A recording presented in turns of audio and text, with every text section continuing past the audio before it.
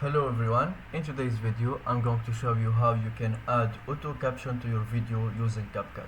So first, after you open CapCut application and of course create a new project, you need to select the video that you want to generate auto caption for it. And after you do that, as you can see, there is the option captions here on the top. You just click here and then usually you will find yourself here in auto caption. You can just click generate, but also you can choose templates if you want.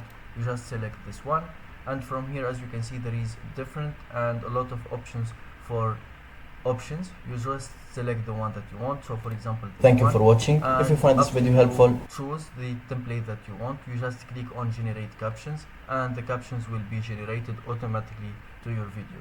But to use this feature, you need to have a pro account, so you need to purchase any subscription from CapCut. And that's it. Thank you for watching. If you find this video helpful, don't forget to subscribe and like the video.